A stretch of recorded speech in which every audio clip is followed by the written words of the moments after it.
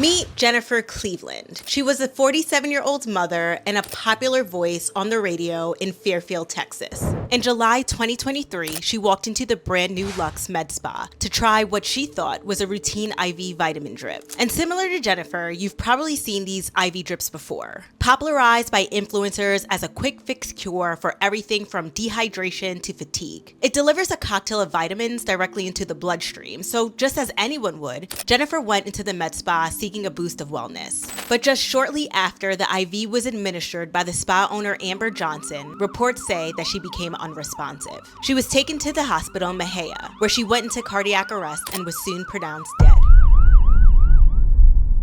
Now, what happened to Jenifer Cleveland inside that spa raises terrifying questions about a multi-billion-dollar beauty industry operating in what many call the Wild West of medicine. The spa owner, Amber, who administered the IV, was not a licensed medical professional. In fact, the spa's actual medical director, Dr. Michael Gallagher, was an anesthesiologist whose primary practice was over 100 miles away. According to the Texas Medical Board, Dr. Gallagher went to the spa for a total of 3 times. One for the grand opening, a second time, a drop-in visit, and the third on the day Jenifer died. The board found that Luxe Med Spa had no proper protocols for IV therapy, and that the on-site staff, including the owner, were not trained to handle complications. Now, it's easy to hear a story like Jenifer's and think of it as a one-off freak accident, the absolute worst case scenario, something that can only be written about in movies. But it's not. The truth is, there's been numerous reports of people getting hurt, disfigured, and seriously sick in these med spas. And the chilling part isn't just that Jenifer died. It's that the exact recipe for the disaster that killed her, I mean the unqualified person with the needle, a doctor who's a ghost, and no real federal rules, it's pretty much the business model for thousands of med spas that are operating today.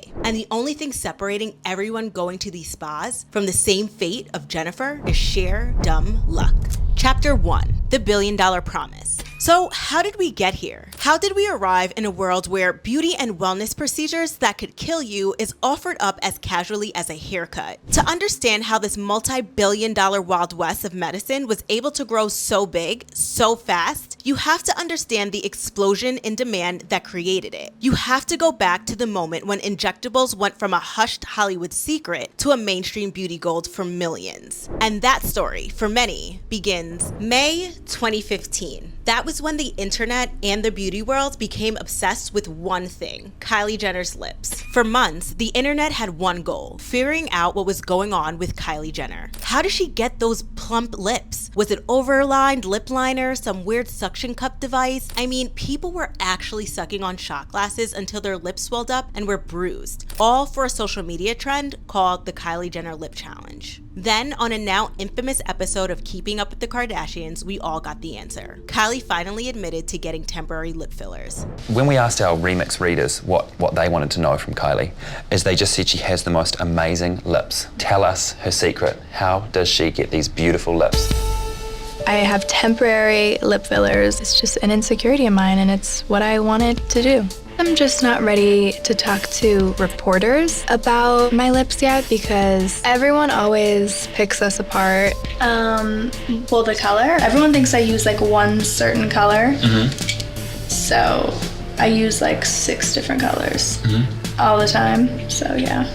I want to admit to the lips, but people are so quick to judge me on everything. So I might have tiptoed around the truth, but I didn't lie. And sure, for a minute, the headlines called her a liar, but that was completely drowned out by a much more powerful reaction. For millions, her confession wasn't a scandal. It was a roadmap for getting fuller, plumper lips. And it wasn't some unattainable genetic lottery like Angelina Jolie's. It was a procedure you could book an appointment for the next day. And so getting cosmetic procedures wasn't a secret anymore by the Hollywood elites or wealthy women just trying to look young. It slowly but surely became this flex, a sign you were able to invest in yourself and had the disposable income to prove it. Before long, it turned into a new kind of status symbol. Influencers across beauty and lifestyle spaces began openly sharing their cosmetic tweaks, and their audience ate it up. These posts were getting just as much engagement as unboxing a new designer handbag. But here's where things got interesting. This wave of beauty-conscious consumers weren't heading to traditional plastic surgeons. That world felt too clinical, too intimidating. Because when you hear plastic surgery, you picture white coats, cold exam rooms, drawn out consultations, and dealing with insurance. None of that screamed fun or aspirational. Instead, this new generation wanted something that felt luxurious and effortless. Something Instagrammable. Something that came with a glass of rosé and a velvet couch. And when this happened, another group saw something else entirely, a business model. And this group wasn't your typical Wall Street investor at first. It was estheticians and beauty enthusiasts who saw a chance to leapfrog their careers without the debt and time of medical school. Just think about it. The business model was a dream. The profit margins on injectables were huge, and because cosmetic procedures like Botox, lasers, and IV drips weren't technically surgeries, you didn't need the massive overhead of an operating room. Plus, it was an all-cash business, free from the headaches of dealing with insurance. It gave estheticians and beauty enthusiasts the chance to build something new, a business that looked like a medical facility but felt like a luxury salon. And the best part, you could set one up almost anywhere, from stylish downtown storefronts to suburban strip malls. The message became clear. This wasn't about big, intimidating surgeries anymore. It was about quick fixes that fit into your everyday routine. But this entire social media fueled phenomenon, this whole multi-billion-dollar beauty industry, was only possible because of a quiet decision made years earlier. A decision that created the cracks in the system that everything else would eventually slip through. Chapter 2, the ghost in the machine, what the law isn't telling you. So how can lasers, IV drips, and fat dissolving injections be operated by any beauty person?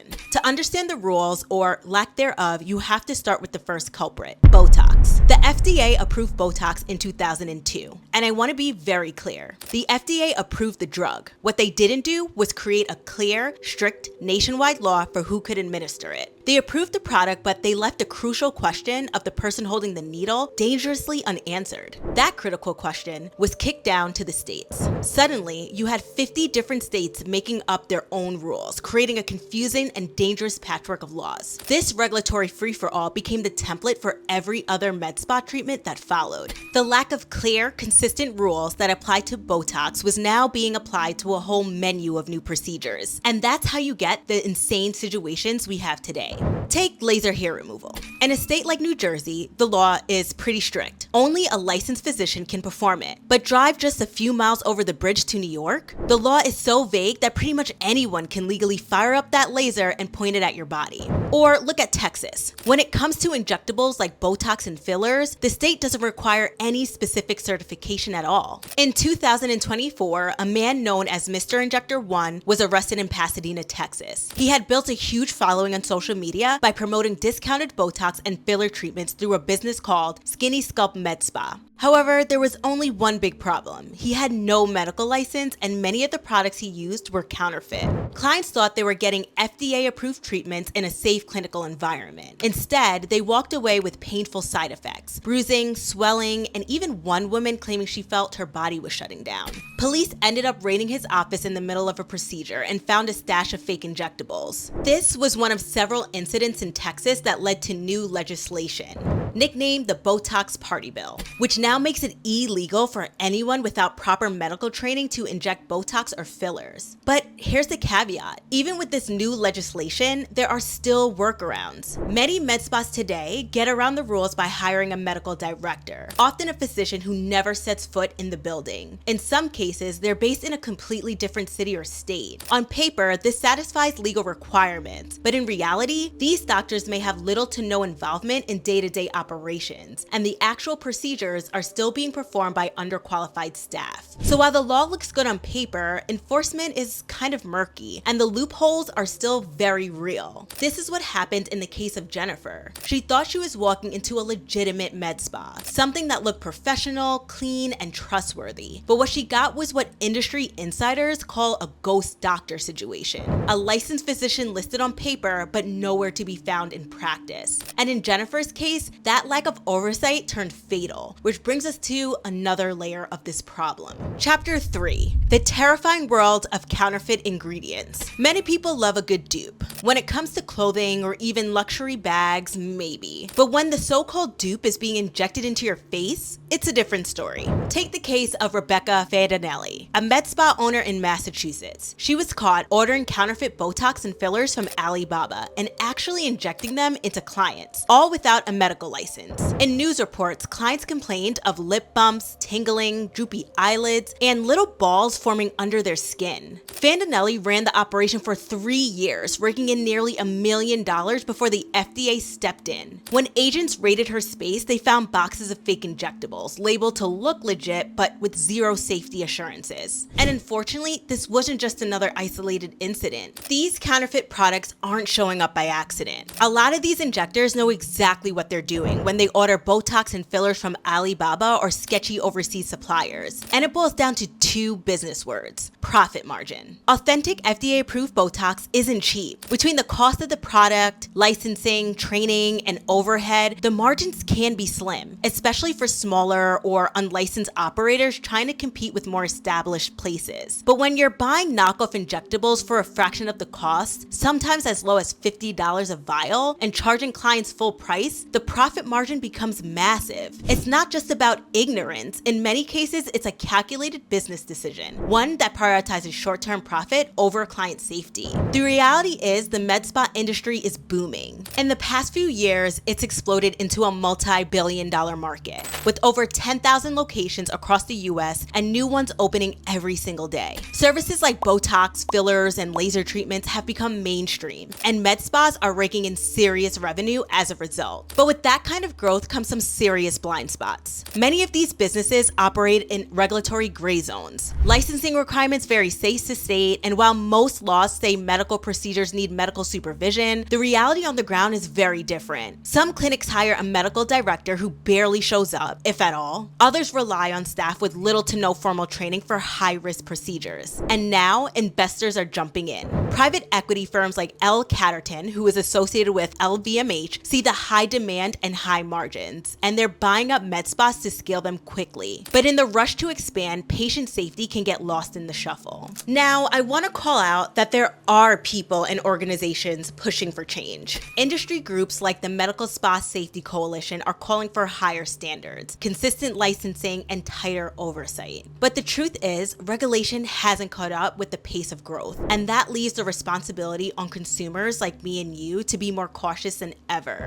Which brings us to chapter 4, the most important part. If you're considering a cosmetic treatment, always consult with a licensed, qualified medical professional. I'm not a doctor, and this isn't medical advice, but these are questions that experts and patient advocates consistently recommend asking. Number 1, who's actually performing the procedure? Number 2, who is the medical director? Number 3, why is it so cheap? And number 4, always trust your instincts. A legitimate provider will welcome your questions, give you time to think, and never rush or pressure you. So, what do you think about all of this? Have you heard any of these cases before, or maybe had a bad reaction yourself? Leave your thoughts in the comments below, and don't forget to subscribe for my next video.